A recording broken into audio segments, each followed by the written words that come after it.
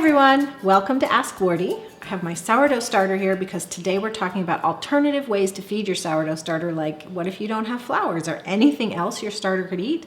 The answer is yes. You'll find the complete show notes, links, and more at askwardee.tv. Look for episode 150. Today's question comes from Megan R. She says, my mind is blown about the option to feed other things to the starter.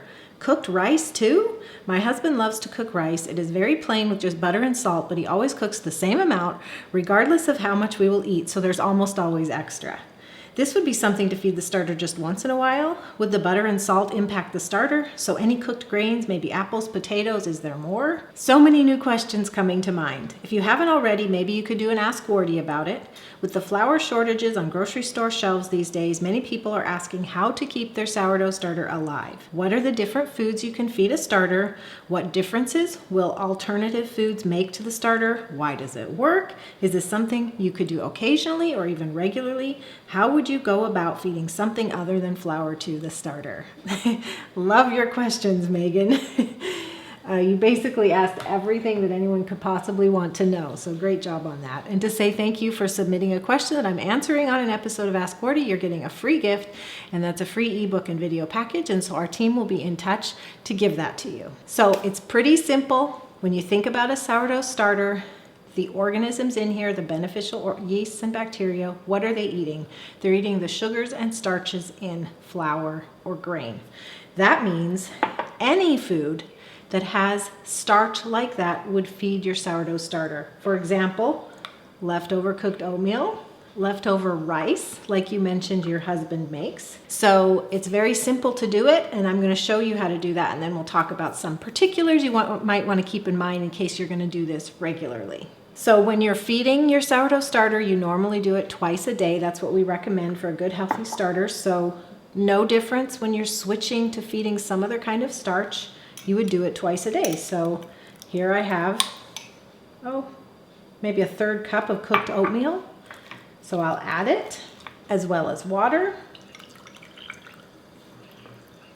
And basically I've done what I normally would do with flour with cooked oatmeal. If you've got cooked rice, cooked quinoa, any other starch-based food, that's what you do. Now, it's not going to mix in as smoothly, but that's okay because the organisms break it down, eat it, and it'll become smoother. So there's my starter now, and it's fed oatmeal. And it's got some chunks in there. I could break them up more. So this will get it to the next feeding. Okay, so that was pretty simple. You did have more questions, Megan, and there are some other things to talk about, so let's do that now. So like I said, anything with starch will feed your sourdough starter. Now, you brought up apples, potatoes, things like that. Now, those are sugars and starches that a lot of people use in sourdough starters. That is not the kind of sourdough starter we have here that I use and know a lot of. So if you're following my instructions for sourdough starter and using your sourdough starter in my recipes, I would stick with grain-based starches. I wouldn't go the potato or the apple root or the grape juice because those sugars are probably going to feed a different kind of beneficial organism than we are cultivating in the sourdough starter. Now that might be something you could experiment with, but I'm gonna say stick with grain-based starches, your rice, your quinoa, anything that's grain-based. It could be gluten-containing, non-gluten. So if you cooked up whole spelt or whole einkorn or rye or barley, really any kind of cooked grain that has starch, could be mashed, it could be a hot cereal, that's gonna work. So when you think about starches though, you have to consider anything you might use in baking. And as we know, there's grain-free baking out there that might call for almond flour or coconut flour. Well, guess what? Those don't have starch in them. That's why they're used in keto recipes, for instance, or grain-free cooking. Those don't have starches, so they don't count. You definitely want a starch-based grain, like the ones that I mentioned. Additives. What if you cooked it and it has added fat, sugar, or salt? Well, I'm gonna say your best bet is to go with something that's plain or fairly plain. So a little titch of fat, a little titch of salt. Probably not gonna hurt it, but that's something you have to pay attention to. How's your sourdough starter handling it? I tend to cook plain starches. So my rice is plain, my oats are plain. And then we doctor them up afterward, which makes them perfect for putting in our sourdough starter as an alternative food. There's so many directions you could go as you're question asked, Megan.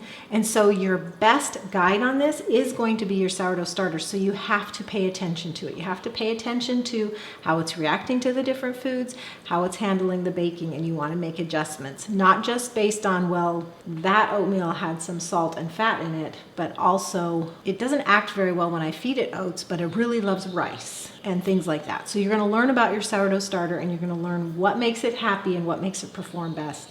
And so let that factor into these alternative methods that you explore. And that's it. Pretty simple, right?